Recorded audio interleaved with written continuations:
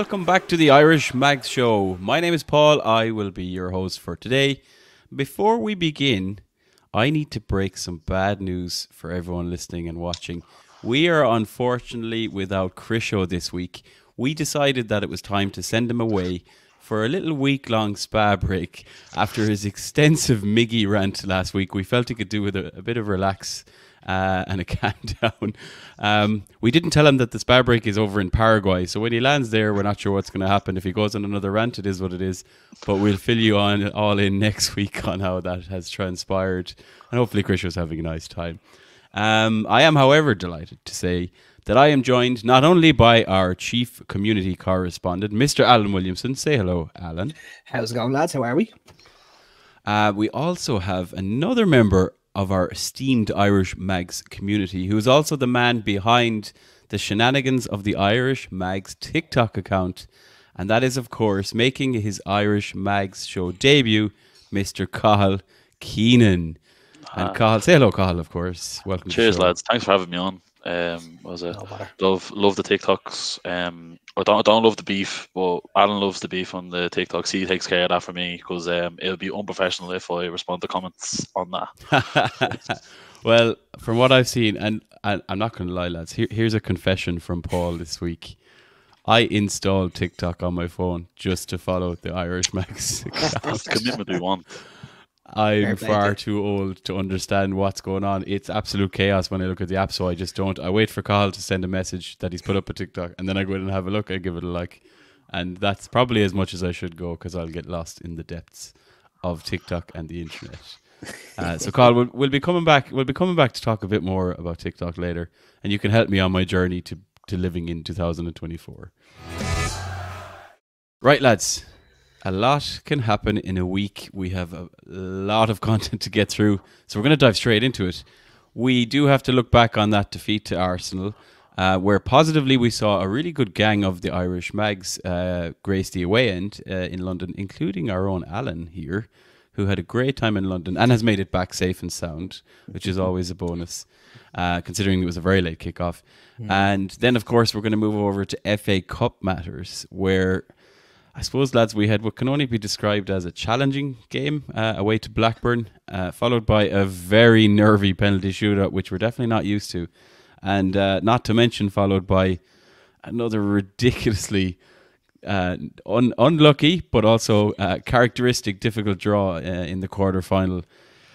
It's just been the theme of the season, lads. But we'll come to that. And we'll also be chatting to Cathal about his aforementioned TikTok shenanigans, where he's, as we've been discussing, he's been probably making friends, but more enemies based on his antics. So we might dive into that a little bit. And then we will be doing a big focus on the Wolves fixture that's on this weekend, which I'm happy to tell you, lads, live on the show, that I will be attending. And it's been a while. The last game I was at was the AC Milan game, which, as we know, unfortunately didn't end the way we wanted. So I'm well due a trip, and I'm buzzing to get back over. So, Alan, I think we should come to you first. Seeing as you were at the game, and a rare absence from the Bleecker Street bar for our meetup, which is not common. It's rare that anyone goes in there and doesn't see Alan's face. But we did have some great photos come in from the community who watched it in our Irish Mags bar, which is, of course, the Bleecker Street bar in Dublin. Not to mention those who travelled over to the Emirates, including yourself and a few other familiar faces from the Irish Mags community. We'll start with the meetup. I believe, Alan, you can keep me honest here. Barely a week has passed since we announced that the Irish Mags could avail of some discounted points. And the first game that popped up afterwards, we saw Paul Slaughter tearing up the M8 motorway from Cork to Dublin. There's a common phrase, isn't it amazing how far someone will go for a cheap point? And I believe that's been proven at the weekend, Alan. Absolutely. So I arrived in London and received a message off Johnny, who runs the Bleecker, going, here, who's this weirdo after showing up in a Newcastle jersey? Like, he's from Cork. He heard we're doing discounted points. That's why he's after showing up. No, but fair play to him. He was up to see his mammy, and he came in. He said, well, if I'm up to see the mammy, I have to come up and see the lads too. So fair play to them. And from what I seen, meetup was absolutely crackingly attended. I think there was 50 or 16 lads in, which is a decent turnout for a Saturday night game. Always a good game to go to. And then the trip away, it was a very, very, very long day, if you know what I mean. But what a poor. Let's stop here now. Let's talk through, because I mean we'll have a lot of listeners that maybe don't get to go to games, or don't go as often, or even haven't been. And let's talk through the average Irish Mag experience, because there's definitely an early start, Alan, and we're mixing that with an 8 p.m. kickoff. So bring us through roughly the phases of the day, if you will. Right. So my alarm went off at 3:30 in the morning, which was unbelievable. Now, I only live 10 minutes from the airport, but the flight was at 5:45 in the morning, so it was an incredibly early flight.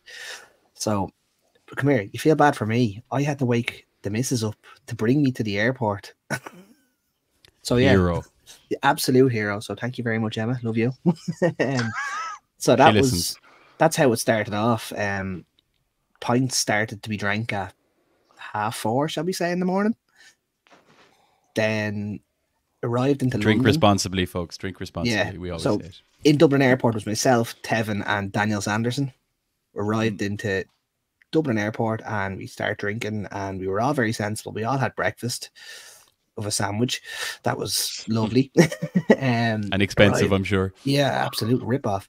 Arrived into London, travelled from London into the centre of London, and I demanded the lads that I get a photo with platform 9 3/4, so they were walking around King's Cross with me for about 20 minutes looking for that, because I'm a massive Harry Potter fan. Wow, So confessions, more confessions on this week's show, lads. We weren't expecting that. So after naturally walking around there, it was about 10 o'clock in the morning, we said, right lads, we'll go into Wetherspoons and have something to eat. Wetherspoons weren't doing food for some reason, so we just said, we'll have a few more pints. And a few more pints. And then we met up with the wonderful Freddie from the Irish Mags, who brought us to the Boom Battle Room, where we went mini golf. I won mini golf, just pointing it out. Had to be said. You had to get that in there. Had to get it in. So we went mini golf. We played a couple of games of pool. We had a couple more drinks. And that was 12 o'clock in the day. And you're going, we've been awake for an awful long time. We've had an awful lot of alcohol into our system. We need to get some decent food into us. Went to a nice little cafe, had something to sober us up and to get us through the rest of the day.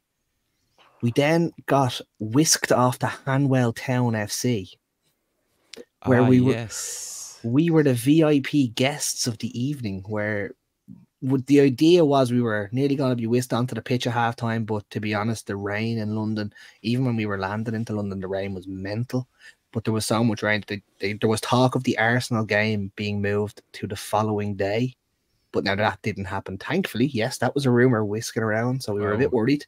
So Hanwell said, we'll get you on the pitch. And then when we got there, they were like, we're barely getting the players on the pitch. That's not happening. So we got into the dressing room, got whisked about. It was really cool. They were unfortunately beaten by Swindon Supermare 2-1 at home. But we were talking to the Swindon goalkeeper, who happened to be from Drogheda. Lovely bloke. Fiacre, if you're watching, how's it going? You said you'd follow us. So that's it. Then from Hanwell back to London, a few more points in the Dolphin, which is the London Mags local bar. Then we travelled to the Emirates, which is, I think it's 2 stops after King's Cross, which is like 10 minutes on the tube if you know London. Tough fixture to get to if you're an away fan, because you're not segregated. I thought St. James's Park was one of the only places they didn't do that. They just let us all go in wherever we wanted, didn't really mind, which was cool. There was absolutely no animosity, which was great. I have to say the Arsenal fans were a good bit of crack, which was nice. Well, when they eventually found their voice in the 99th minute when they'd finally beaten us, if you know what I mean.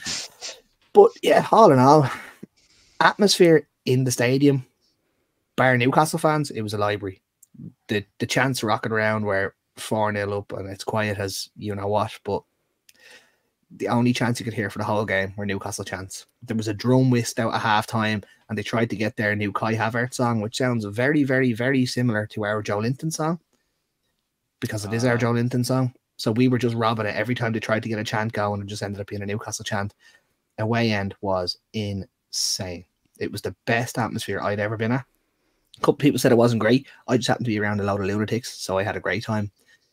Performance was abysmal from was not great. Let's maybe touch on that. And look, we've a lot to talk about. We do have to spend some time looking at that performance. the first half in particular must have been tough. And Alan, I'll keep with you, and then we'll come to Cahill. But it must have been, what's the word? Not like underwhelming, I suppose, is probably too generous. Very disappointing how poor we were in that first half. And we're probably lucky we were only 2-0 down a half. Yeah. I think, weren't we? Yeah. But look, I went into the game now, and look, Arsenal are one of the most informed clubs in Europe at the minute. They're very, very good. We'll do well here to play decently and not get a hiding. That first half performance was the worst performance I've seen from a Newcastle team in 10 years. I'm talking Bruce era. I mean, like, we have played better in bad games under Bruce than we did in that first half.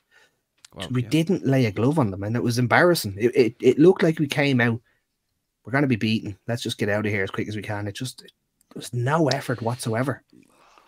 Yeah, and I'm almost feeling like we keep having like unfortunate things happen to us, like as in injuries or bad draws, or just we can't seem to catch a break, and it's almost like that's being carried out on the shoulders of some of the players. Like where you're coming out. We used to be a confidence team, like always, no matter what. We were coming out. We have a game plan. Come at us. We can beat anyone. And I feel like it's just we've taken one beat, one kind of kick after another. And I mean, Karius wasn't bad, right? But at the end of the day, just before the game, you're like, oh, now we have a third choice keeper. That's another kick when we're already down. I don't know how many teams have actually had to play their third choice keeper this season, but not many. But standard for us, we've had to. But Cahill, like for you, I mean, when you were watching it, obviously you're going into it, like probably a lot of us going, this is Arsenal high flying. They'd scored 21 goals in their last 5 games, as we'd mentioned last week. But I suppose maybe we can try and swing a couple of positives out of it. Or did you have any coming out? I thought, listen, abysmal performance. I do agree with Alan in that sense, but I thought Howe's kind of been pressured into playing Tino Livramento, and I love Tino, but why were we playing him in the sense that are we going to keep our system and let him play like left centre back rather than let him be a full back and let him drive down and overlap? Because the same situation with Gordon then, because Gordon's just not getting anyone on the overlap. He's no support. Other than that, like I don't think Howe got the team overly wrong. I think the players, like especially, I think I had to give a dig out, especially even at Blackburn as well. I thought Gamara's been poor the last 2 games. Like for his such high standard, I think he's playing shocking. And like, listen, I think when we've had the injury crisis and he's been the only kind of consistent stable in midfield, he's been brilliant and he's dragged us through some games. But it's been a poor week for him. But the rest of the boys, I don't think anyone can hold their head up high after that game. Maybe barring Karius. I think Karius, for someone who hasn't played in the Premier League for how long, and also coming into the team that don't look confident with him behind them at all. Like I think Botman and Shah, if you look at how they play, usually they look like they're playing just cautiously rather than how they usually play, where they're trying to play out the back. Shah tries to ping balls over the top, and can we blame him? No, definitely not. I don't think. I think he was actually probably the best out of the back 5 that day. That's not saying much. Do you know what I mean? Yeah, and Botman definitely isn't 100% sharp. And is he going to get 100% sharp? Or at least he got a break against Blackburn. We'll come on to Blackburn in a minute, but he just doesn't look himself compared to, again, you mentioned high standards of Bruno. We might sound harsh, but these are guys who've set high standards because they're that good, because they have it in them. With Bruno, it's like, I know that yellow card suspension thing is maybe hanging over his head. But it's, I think it comes back into, do you have confidence in what we're doing based on what we've been doing? And I feel like that there's just something there that makes me feel we're not going out as confident as we were. And you're going out your way to Arsenal. So I think there's something there. Let's give you 2 positives, lads. Now, maybe our expectations of what we call positive have changed.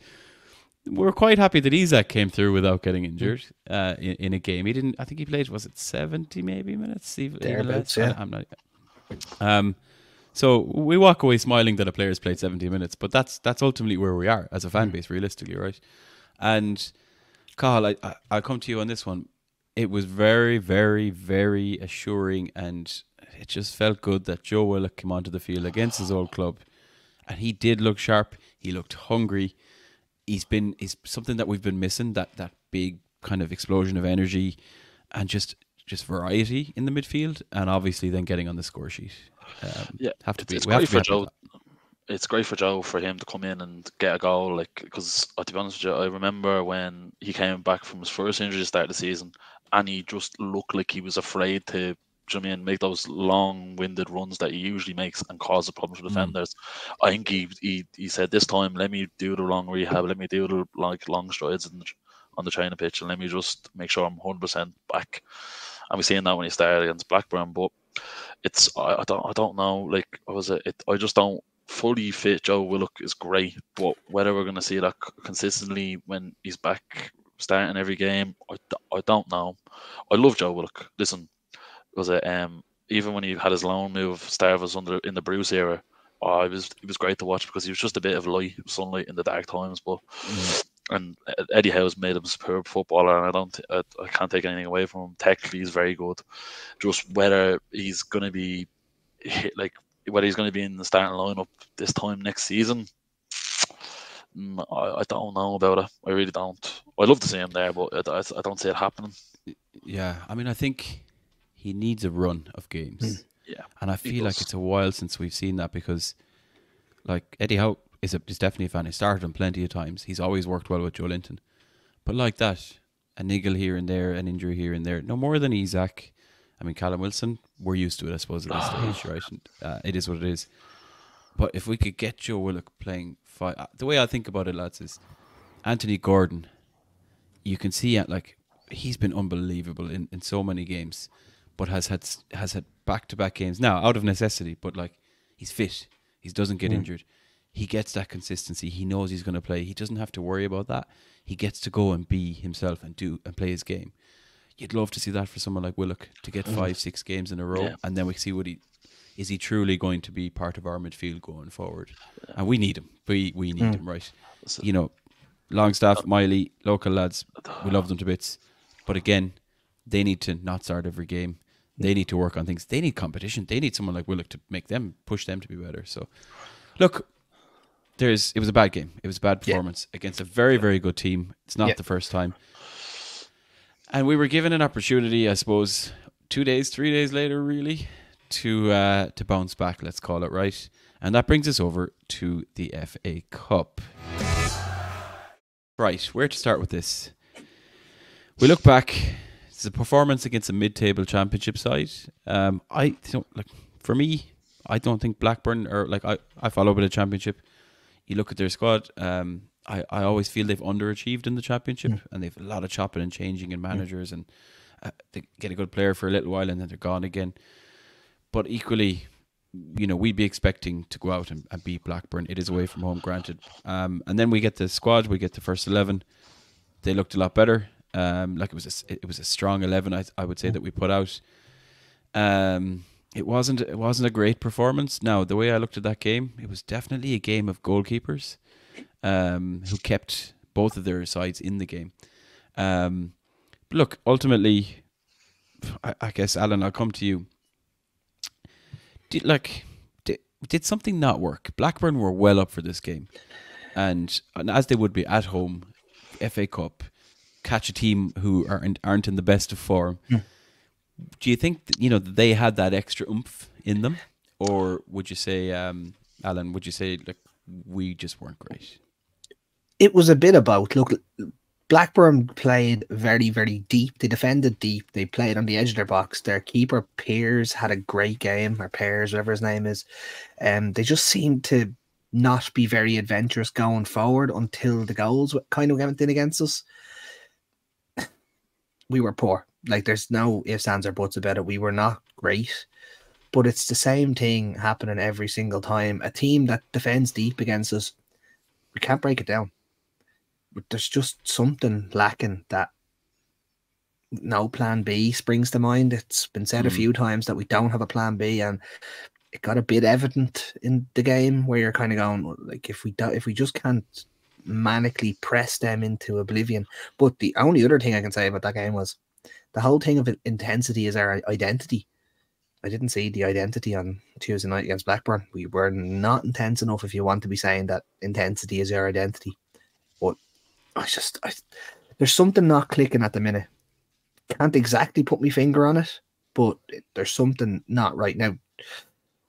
J7 not being in the midfield is a big loss, but you can't just continuously say missing one player, our whole aspect of the game goes out the window. That doesn't work. Something has to give. It's a bit more. It's a bit more than that. I think. I think something isn't clicking. I've mentioned confidence. There's been talk. The plan A, plan B thing seems to be quite evident. Individual performances and so on. Like, we did have a lot of chances. You mentioned the keeper, the Blackburn keeper, Piers. Yeah, he made quite a lot of saves. Like, there was a double save. Gordon Longstaff maybe. Yeah. Which is, we did have chances. We didn't put them away. That's where you're hoping you see. That's where you'd like to think we would have an Isaac or a Wilson, who might do something different when you're in the box there. But thinking about that call, like again, looking at Blackburn, and you know what we might do actually, is we could talk about Sami Smodic, the Blackburn striker, who was very impressive and has been impressive all season. It's hard to believe he's 28 because he's like a young lad that's just bursting out and having a break. He was decent last season, but he is eligible for Ireland. He was called up for 2 of Stephen Kenny's squads. He pulled out of one of them with an injury, I think. So he remains uncapped and is also eligible for Hungary. So, like, looking at him and looking at Blackburn, Carl, like, would you look at it and go, they were better than their form in the championship might suggest, and they managed us well?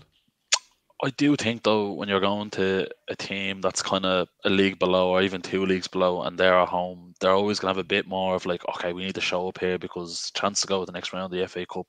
And also, like, I think Alan's right about the intensity. My God, like, Jacob Murphy, like, for all he's worth as a technical footballer, what I love him for is just constantly work rate, sprinting after the ball, like almost like a headless chicken. But like, the work rate should be there all the time, and you expect the boys like Gordon and was a few other lads, even Longstaff. I think even Longstaff, like, people have given out about Longstaff for I don't know how long, and he's like, people are saying, oh, he's a championship footballer. Well, he's playing against championship opposition. Surely he should be smashing it if he's such a championship footballer. Do you know what I mean? Fair.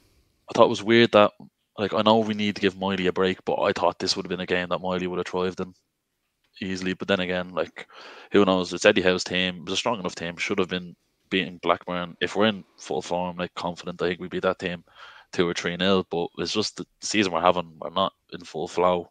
We're not. As you said, it's not clicking. I think we need probably maybe look at little tweaks. I don't know what Eddie Howe's doing on training ground, because no one knows what Eddie Howe's doing on training ground about Plan B and stuff like that. But realistically, like, we should be beating Blackburn 2 or 3-0, lads. There's no if buts and maybes about like, even with like a weak squad, we should be at least beating them maybe 1 or 2. Like, do you know what I mean? It's not good enough. But listen, FA Cup, you get through. We're on to the next round, so that's the main thing. Like, you've done my job for me, Carl, and I was apprehensive. You're coming into this section now, and it is hard not to for the head not to drop, right? I love the Irish. I love having the Irish Mag WhatsApp group when the draw's on. The build up to the draws. I mean, it was a really good tweet. There's an account on Twitter I follow. I think it's Dobby Solano is his name. I don't know if you've seen it. And he tweeted out a good 2 hours before the draw, shall we just pull out Man City away and speed things up, just skip the hassle? David Seaman obviously duly obliged. Yeah. And again, it's just like, are you serious? We all know, right? Manchester City, Manchester United, Chelsea in the Carabao Cup, Champions League group of death, Dortmund, Milan, and PSG. Sunderland obviously thrown into the mix for the FA Cup draw just to add a bit more apprehension and obviously fire into things. And you're looking at it and you're going, right, there's a bunch of teams we could draw here. We could draw Coventry, we could draw Leicester, Wolves, even Man United. They've been poor again lately. Highland is the only thing that seems to keep them going. You'd take Chelsea. So it was always, of course, going to be Manchester City away. Look, you said it there, Carl. We've gone away to Blackburn and really struggled. Alan, now we have to go away to the Etihad or the Etihad. And how are you feeling about this? Like, it's hard to feel confident. It is hard to feel confident. It is hard to feel confident.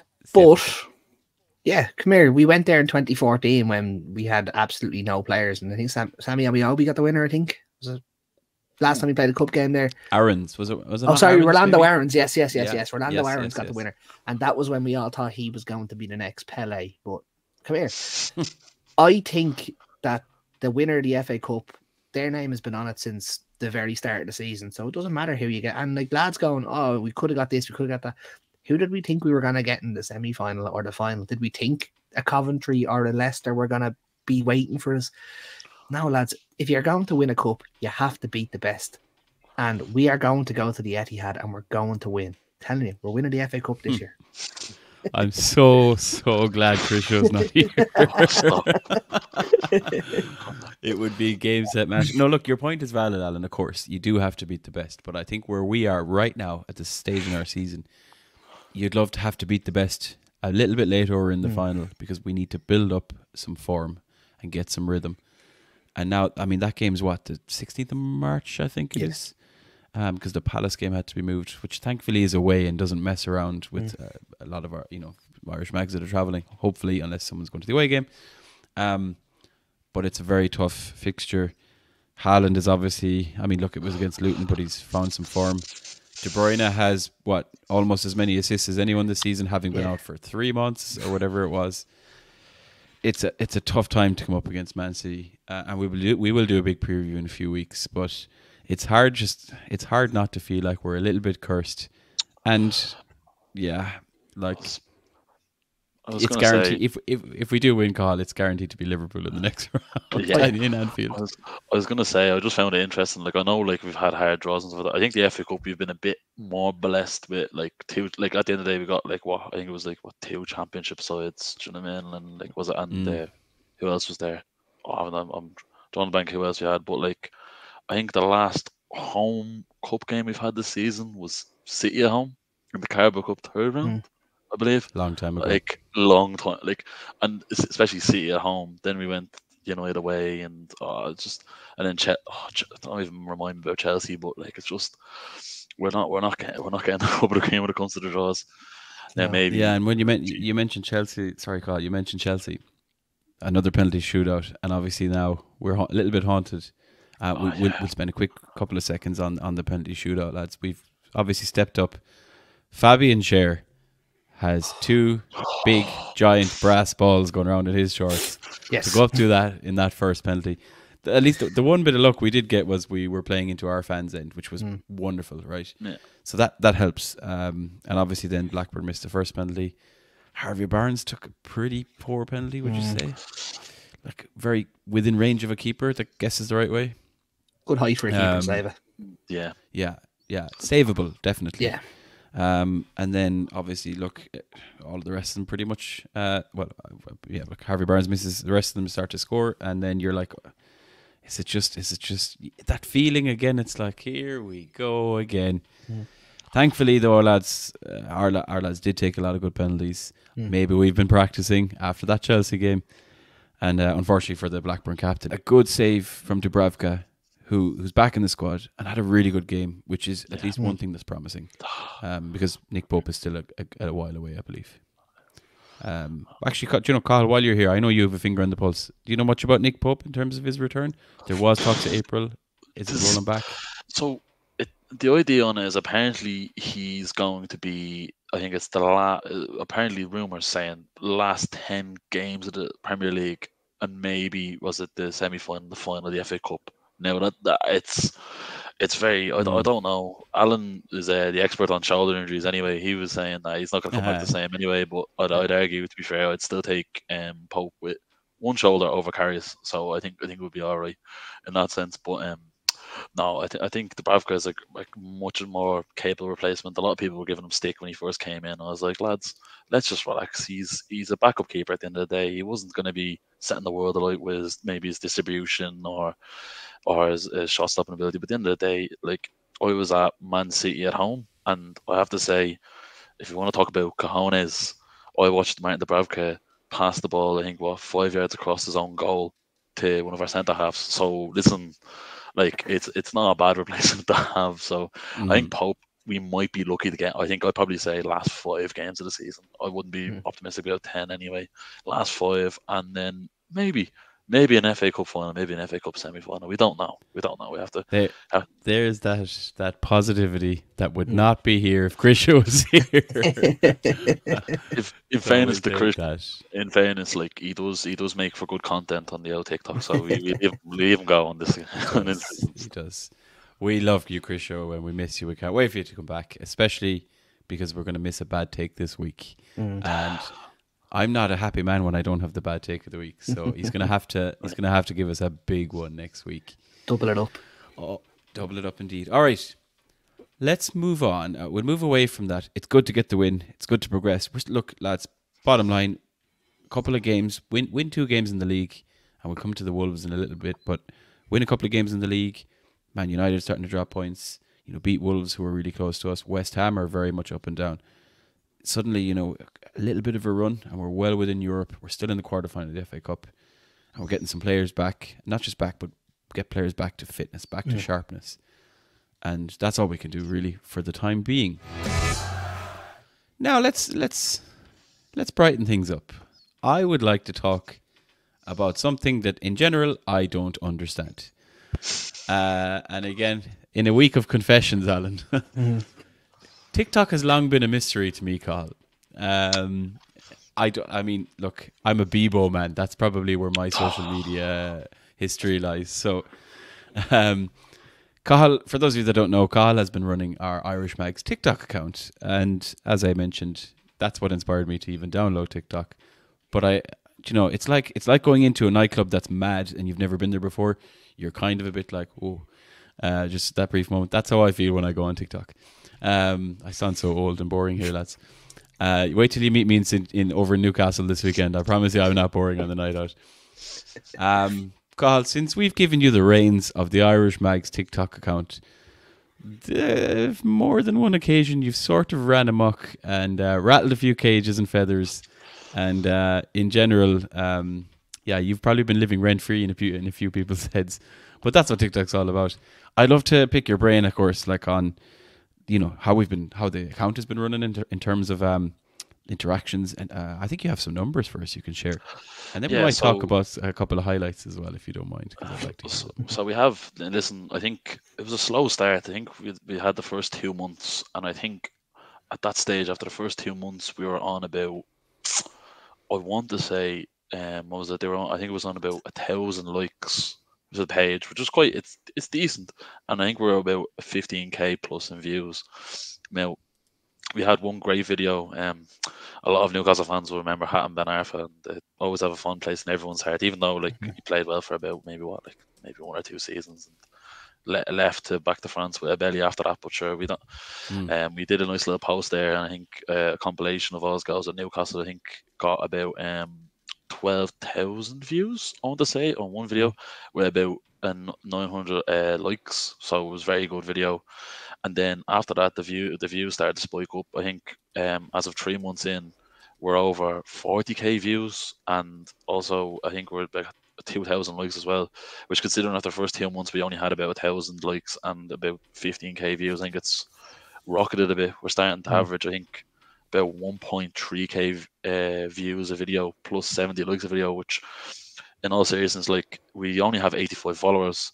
Well, I'm not too worried about the followers count in that sense, because people on TikTok, as I don't think Paul understands anyway, people on TikTok don't really follow any accounts. They kind of just watch browse. it. You browse. If it's funny, they'll like it. Or if they're watching one of Chris Show's rants, they're commenting. So a lot of Man United fans weren't happy with Chris Show's views of Dan Ashworth, and all I will say is Chris Show speaks the truth and nothing but the truth. That's it. 99% of the time. 99% except when he's doing a bad take. Except when he's in bleakers, I think that's when you have to just take a pinch of salt with everything he says there. But no, it's very really fair. Going well. I am enjoying it. I think, to put in context, we put a I think it was one of the first podcast clips of Alan talking about Reece James. I think it got like 400 views, and then now recently we put up Chris Shaw's rant. I think it hit 1.3k views, which is, for a podcast clip, it's very hard to get views in without having like maybe a trending sound, or even just like a few like tags that are like there's a lot of I think it's cap cut I use for some of the videos, and that usually has the hashtags of meme and meme cut, and they usually do a bit better than usually most podcast clips. But it's getting there slowly but surely. I think was it soon maybe we're close. I think we're only 15 followers away from 100 followers. I think it's going really well, which I think I anticipate a little bit, but I'm still learning on the job. It's still hard to make sure you get the right sounds. And I think it almost depends on what's going on as well. I mean, events trigger like TikTok to me, to my limited brain, like when something in particular happens that's very memeable, I think that's obviously very enjoyable then, because it gives you content to work with. But no, I need to say one thing to you, Carl, here. You mentioned Chris Show, who we've outed on this show many times about his former life as a manure fan. What's this about you being a closet Chelsea fan and being outed on TikTok? This is one of my best mates. I won't name his name, but basically he's a long-time Chelsea fan. His dad was a Chelsea fan, so when you're growing up, was him being around, like I'd watch a lot of Chelsea as well, but just because you watch my mates watch, you know what I mean? And sometimes Newcastle's not on the telly. Now, what I will say is we hold some views on certain Chelsea players. One of them being Mason Mount, who is now at Man Red, and also Didier Drogba. Now, the odd time I would happen to repost a Didier Drogba highlights compilation. Now, listen.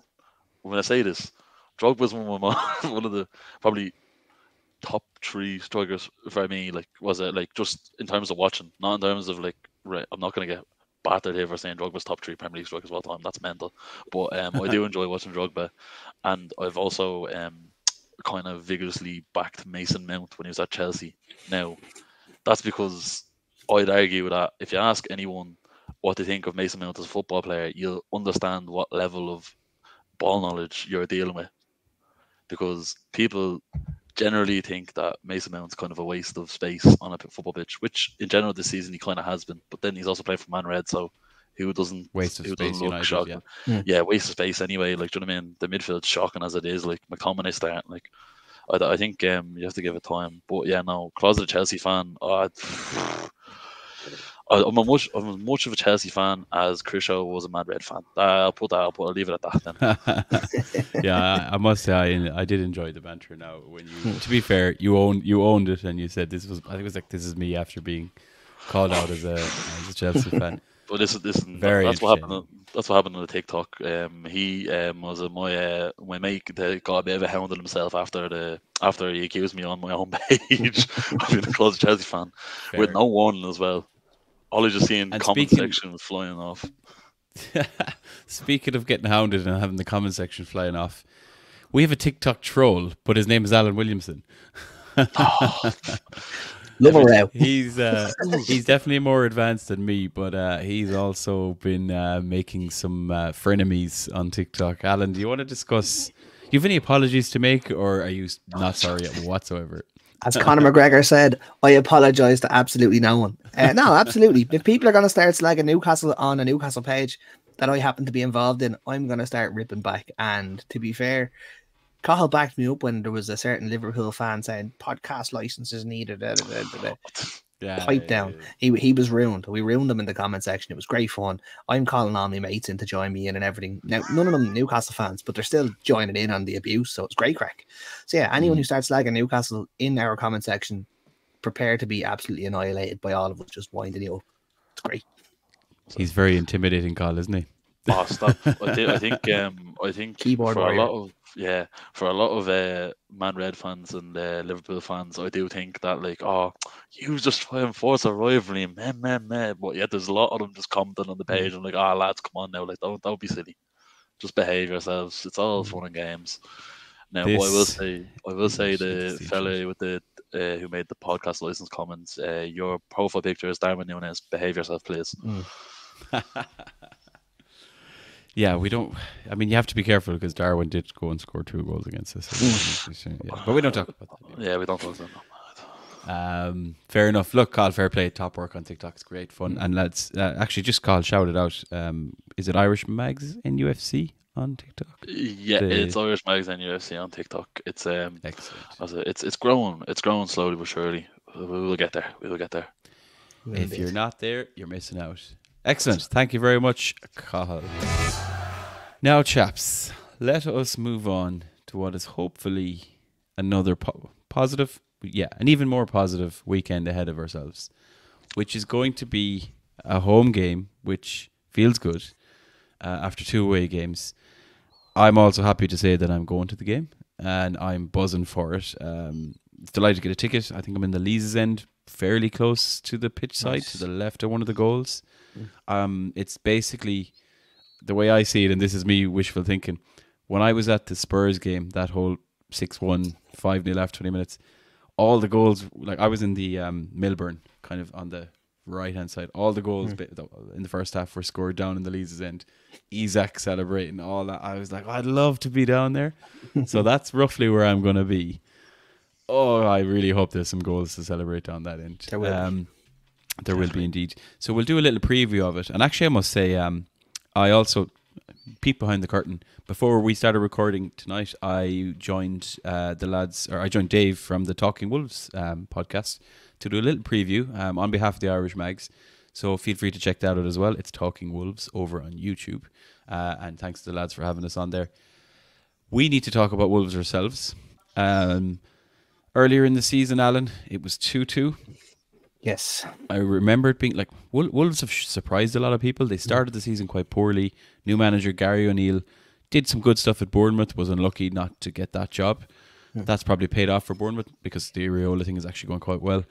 But Wolves obviously looked at it there and saw something and actually capitalised on it, where when a lot of Wolves fans and a lot of football people would have looked at it and gone, it's not a big name compared to the likes of Nuno or Lopetegui that was there before.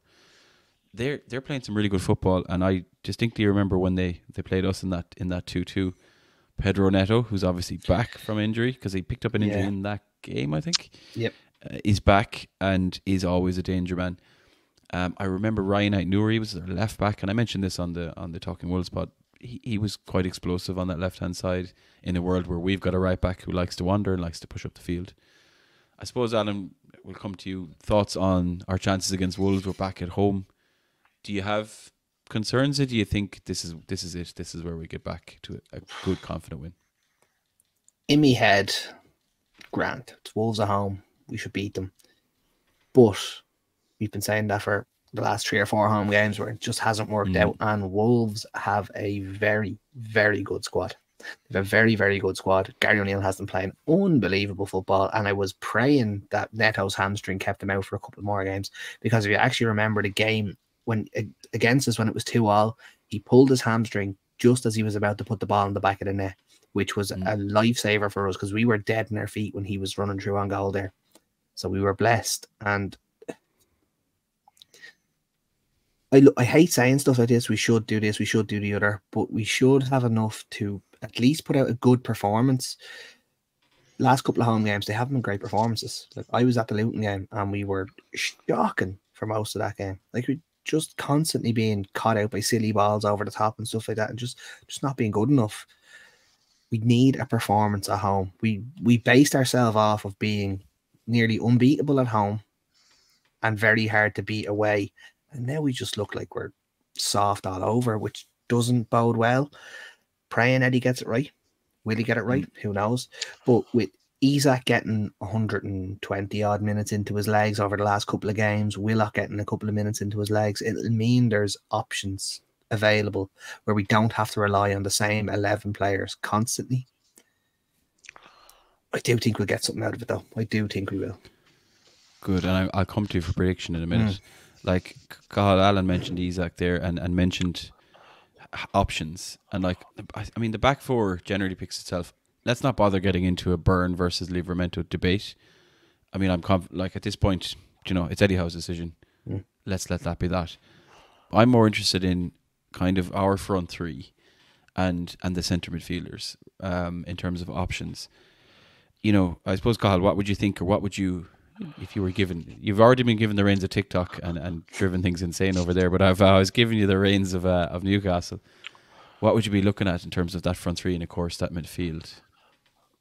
there's certain players that pick themselves at this stage of the season. I think consistently Gordon and Gamara's is going to be in the team anyway. I don't think there's a place where Eddie drops them, a bar maybe suspensions, but a lot of people seem to be getting on to Barnes after the FA Cup game. To be honest with you, I think even a half cut Barnes is better than Miggy Almiron at this stage. I think Miggy, he did well to get the assist. He came on and made an impact, but maybe that's what we need to keep Almiron doing, coming off the bench and making an impact, because him against tired legs it's a hard day for the defenders.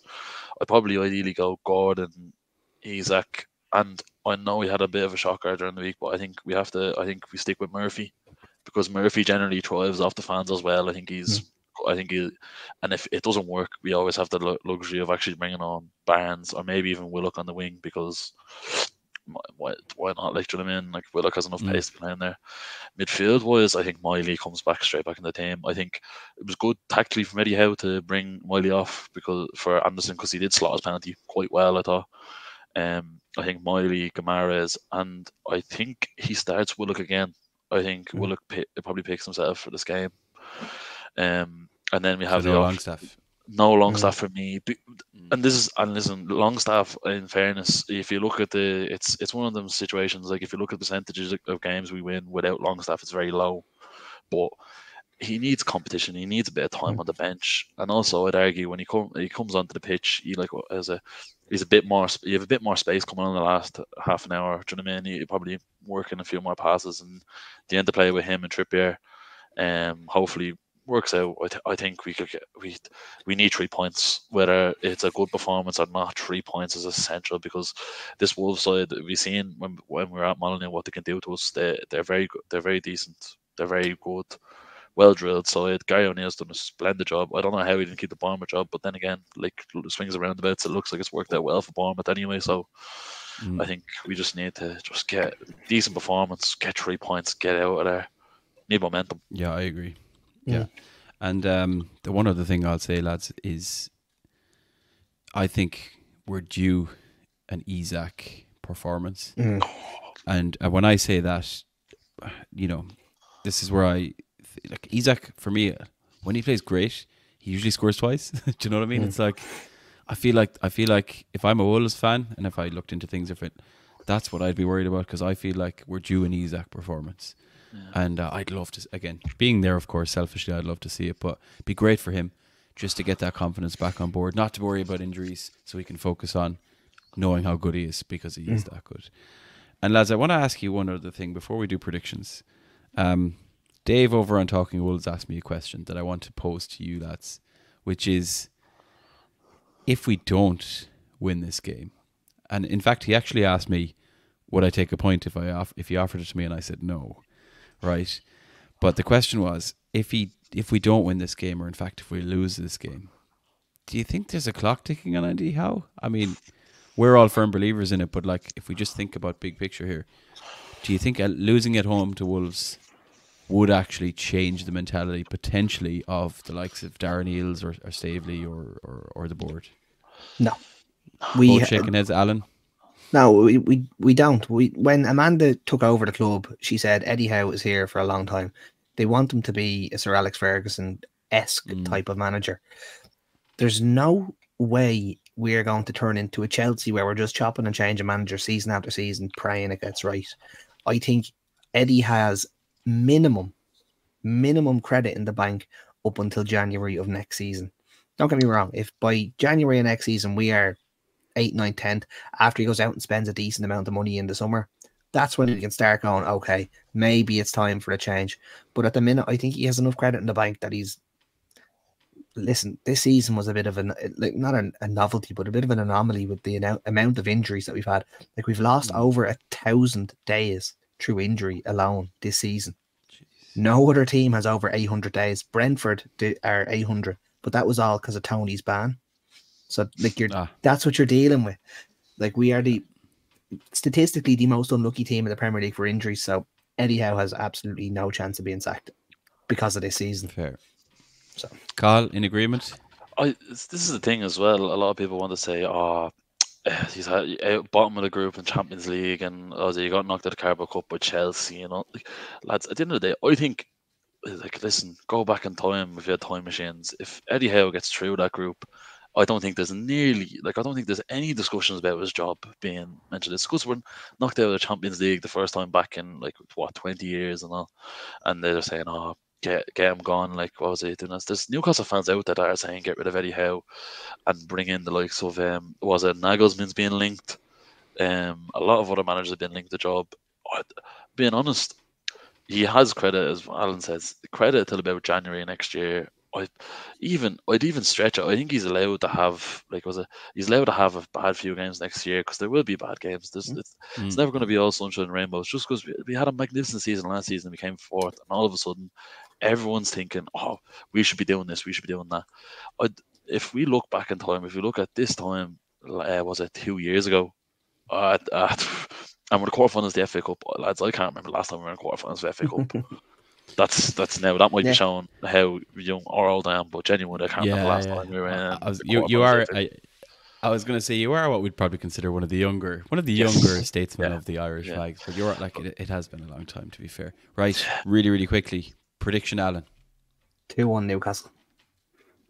It's the same as the one I gave to Dave over on Talking Wolves. So Cathal, over to you.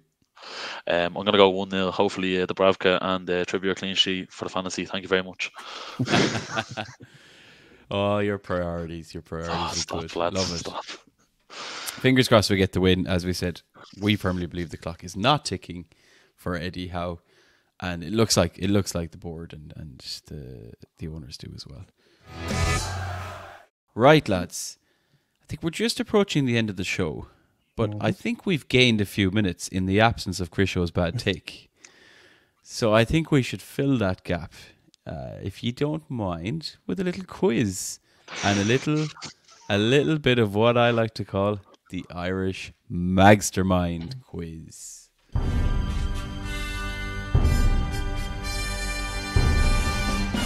Right. Cathal, no pressure here.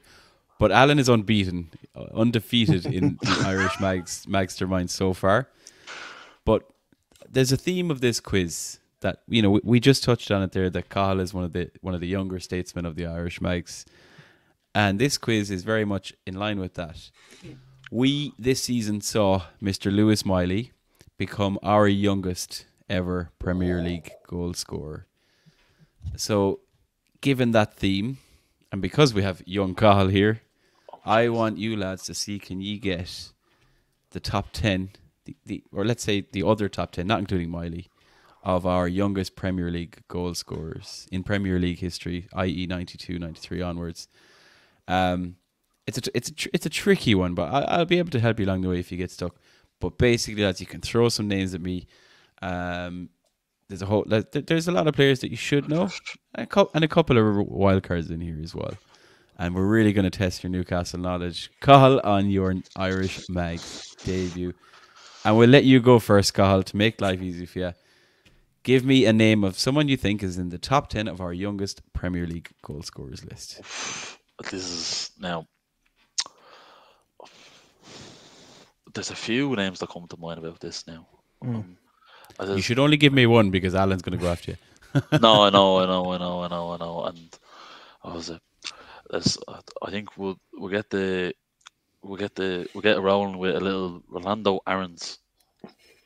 Rolando Aarons, at the age of 18, did score in a 3-3 draw at home to Crystal Palace in 2014. Alan, you'll be pleased to know he was assisted by Mike Williamson. What a time to be alive. Correct. Gets you a point on the board, Cathal. Alan, over to you. This is a tough question. I go with James Milner. James Milner, at the age of, I'll go with years and days. James Milner, at the age of 18 years and 265 days, became our youngest goal scorer until Lewis Miley in a 3-1 win over West Brom in September 2004. Gets you a point. And just for context, lads, to give you a helping hand, Milner was 1 on this list. That doesn't include Miley. Rolando Aarons was number 2. Ooh, not bad. Over to you, Cathal. Jazz wept.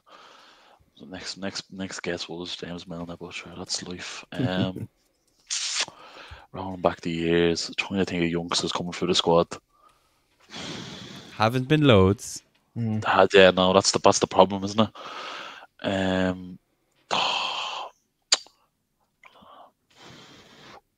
Do.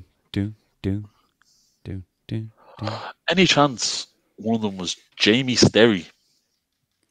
Jamie Sterry is incorrect. Incorrect. Yeah, I don't have him on my list. I was just thinking youngsters come true. Got a picture with him back in like 2015-16. Sound bloke all the same. You just wanted to reference that, Alan, didn't he? That's all that is. Yeah, top bloke. Incorrect. We don't have Jamie Sterry on the list, so it goes back over to Alan. I'm going to go with Matty Longstaff for his goal against Man Red.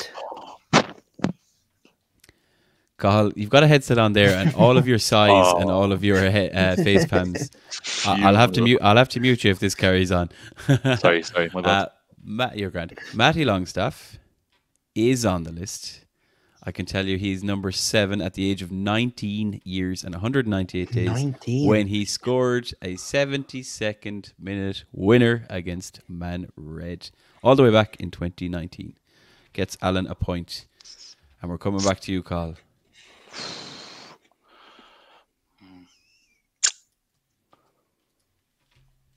In team with the Matty Longstaff, we're gonna go with his brother and see if he snuck in. I can tell you, Sean Longstaff unfortunately didn't sneak in to that top 10 and is not on my list. Sorry, Sean, and sorry, Cathal. Over to you, Al. I'm gonna go with someone who I actually really wanted us to sign him when we did sign him because I thought he was gonna be unbelievable. Gail Bagiri Mana, who we signed from Coventry.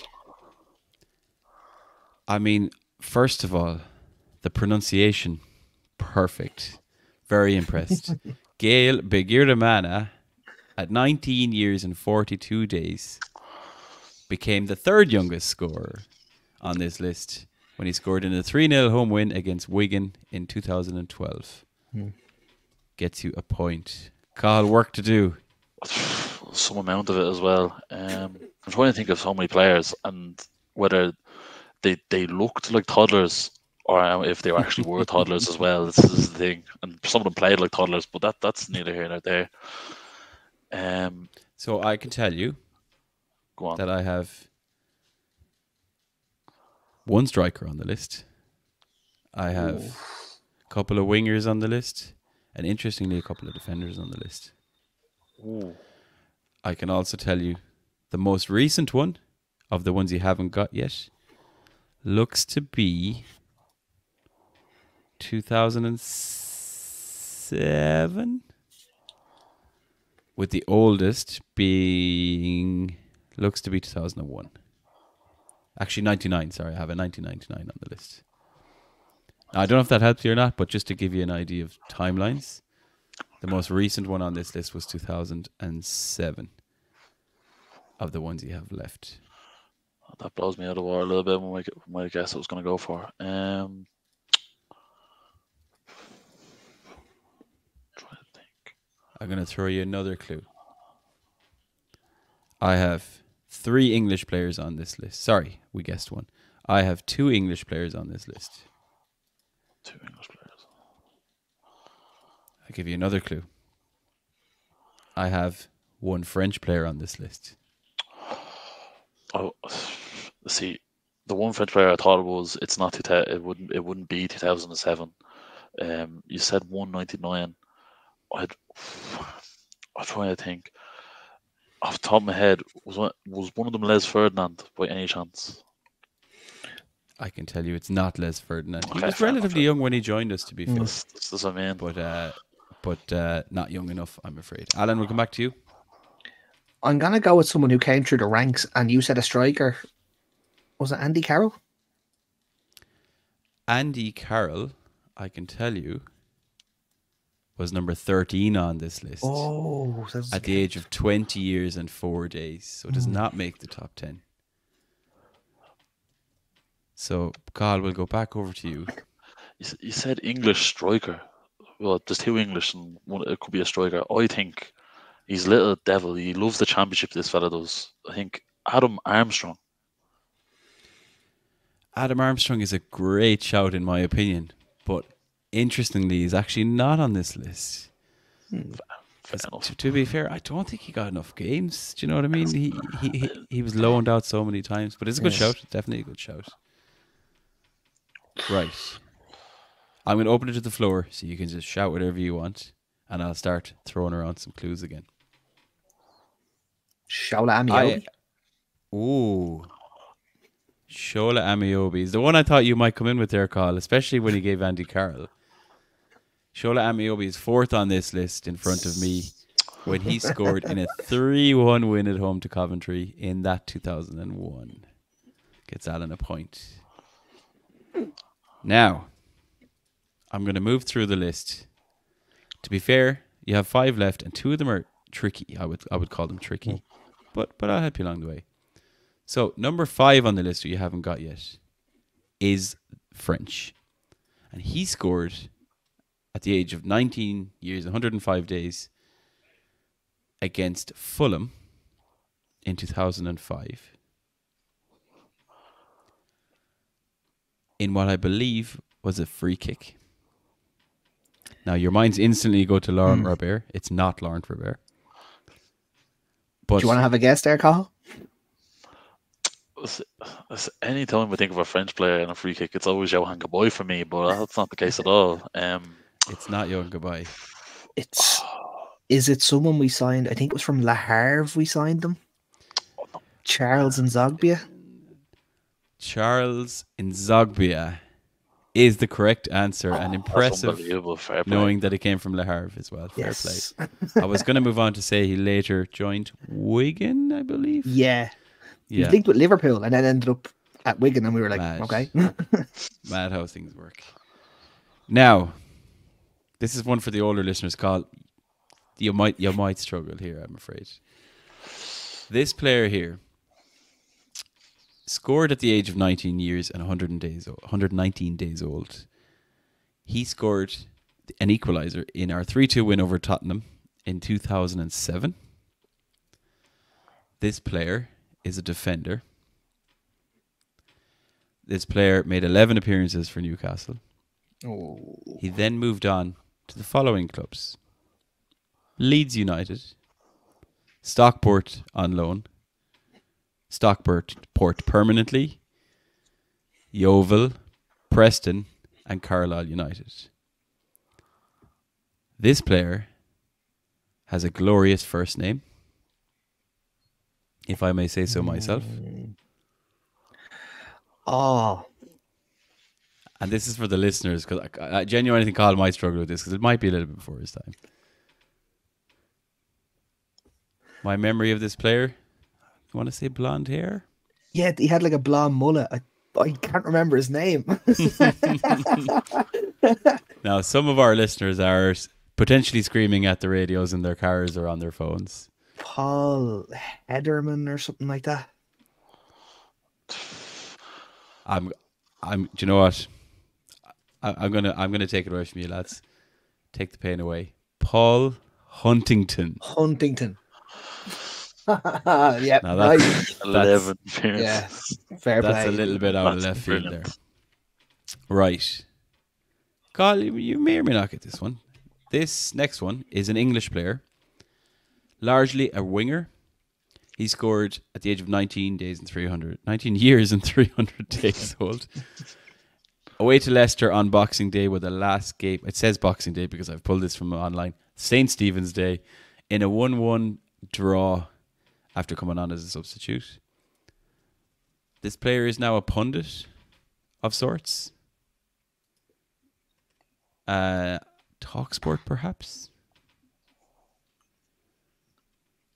I can tell you this player joined us from Ipswich Town.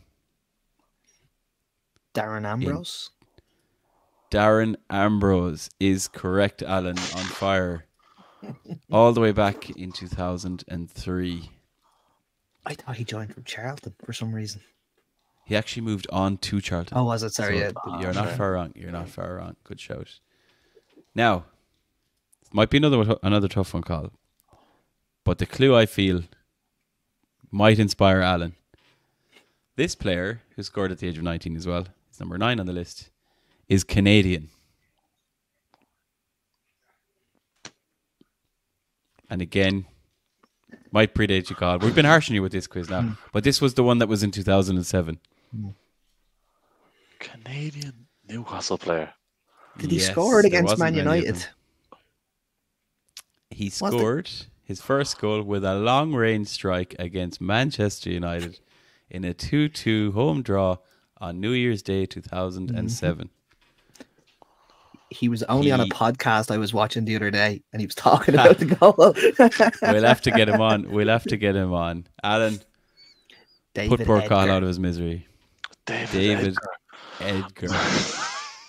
Who subsequently went on to Burnley, Birmingham, I think Huddersfield, Sheffield United, and then back to Canada, is the correct answer. And it's a hell of a goal as well, from memory.